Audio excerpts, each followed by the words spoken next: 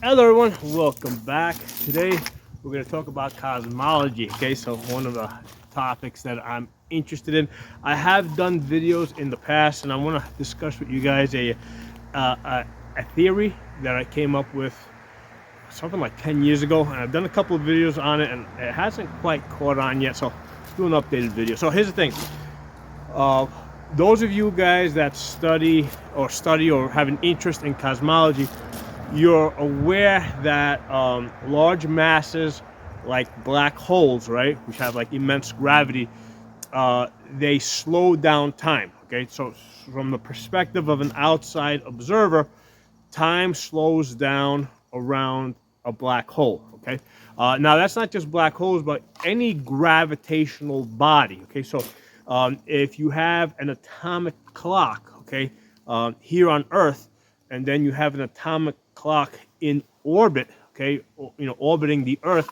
Now both of these are atomic clocks, right, which is basically measuring the time between like electrons moving back and forth, or molecules moving back and forth. So it's absolutely perfect. Okay, so if you got an atomic clock on Earth and you got an atomic clock orbiting around space, the atomic clock on Earth is going a little bit slower, right? Just a tiny fraction of a second.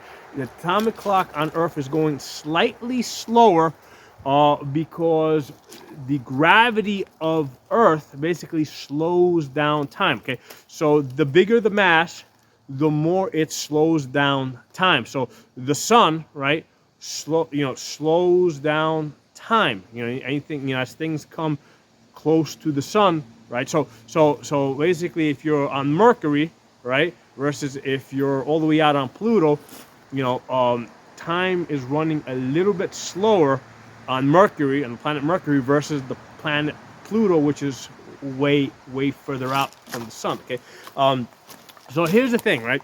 If masses slow down time, right?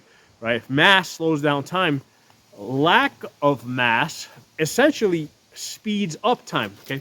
Now I don't see it so much as speeding up time, so much as I believe it's the mass that slows down time. So absent of mass in the universe, okay, time would flow from beginning of time to the end of time instantaneously. Okay, that's my theory on that, and it's only the mass that's in the universe that slows down time. Okay, so it's kind of like an accordion almost. That's kind of how I kind of visualize it in my head. If you've got basically if you've got a lack of mass, time is completely compressed. Okay, but then as you introduce mass into the system, time gonna kind of gets stretched out in this accordion type of way I visualize it. So here's the interesting thing that I've always conceptualized, right? Scientists, cosmologists, and this is going way back to Einstein era, right? They all acknowledge that mass slows down time. So here's the thing. My thing is, okay, what if you get to a point in space that's between galaxies, right? Because galaxies have lots of mass in between them, right? But then there's a lot of space, right, between these galaxies, right? And now you're never gonna get to a point in the universe where there's like zero effect of gravity, because gravity, it's a really small, subtle force, right? Because anything with mass has gravity, right? Including us individually, right? So you got two people standing, there's a gravitational force in between them, but it's just so slight that it's almost immeasurable. But galaxies have gravity, have mass, right? And that mass, basically slows down time. But if you get to a point between the galaxies where any two galaxies where the mass is like the minimum, the least amount, time from our perspective would be speeding up. Okay, so if you were able to travel across the universe, right, as you got close, as you were approaching galaxies, right, and then started going through galaxies, time would slow down, right, but then as you moved away from the galaxies to a point in between these galaxies, time would speed up. Okay, so it's a once it is kind of hard to visualize, right? Unless you have to really get comfortable with this idea of time being a variable, right? So the interesting thing. So here's the thing: like if you've got somebody in the spaceship, like between galaxies, right? Time is going a lot faster for them, right? Basically, a minute for us is like hundreds or maybe thousands of years for them. Now from their perspective, in between the galaxies, time is running normal, okay? But then looking back at us, right? We're going like super slow, like we're like slowing down to a point of like almost like not moving, right? Because that's what happens near a black hole. Like its gravity is so much that from the perspective of the outside observer, time almost seems to stop, right? So if something's going into a black hole, right?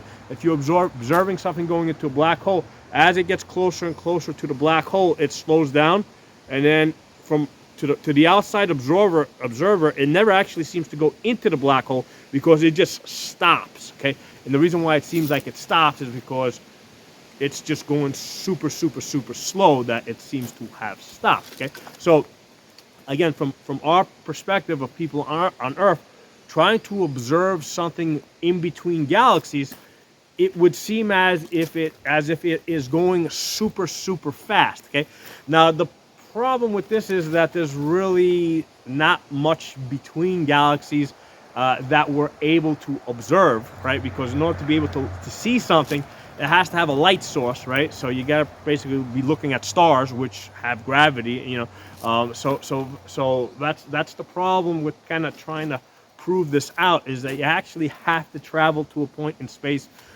between galaxies where there's like this minimal amount of gravity, and you can basically see how this is working out. So the other interesting thing is, like, it is, the way I see it, it's absolutely impossible to know what the time is anywhere in the universe, like outside really our solar system, right? Because as you got these different galaxies moving away from each other, right? And they're never in exactly the same position.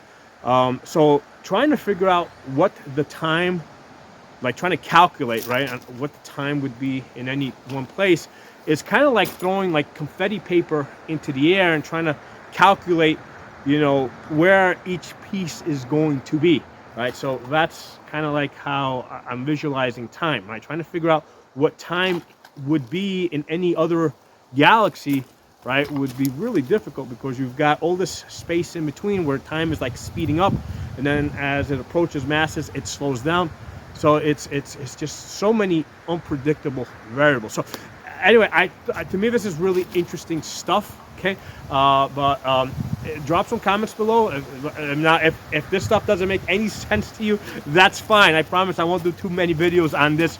But it is an interesting topic for me, and it's also, I like to talk about other things besides the stuff I normally talk about in this channel, because it brings more people in, right? It brings more people in, and it introduces other people to other, hobbies, and it basically, helps spread the gun culture and stuff like that. So that's why I like talking about other things on this channel besides guns. Okay, so thanks for watching. Drop some comments below, and I'll talk to you all soon.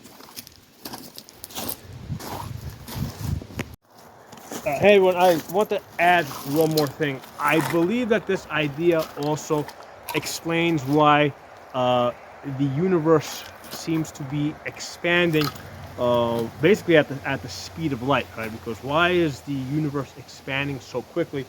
Well, as I believe, as we are looking towards the edge of the universe, right, we're looking at all of this space in between that has a lack of mass, and I think basically because of that lack of mass, there's this effect of it speeding up time. So for example, when we look at, let's say, a star that's at the other end of the universe, right?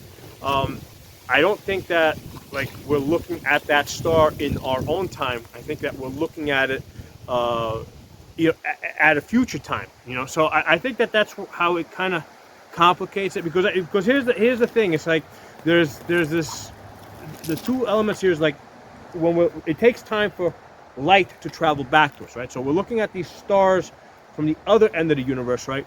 Uh, and it's taken like whatever millions of years for the light to travel to us.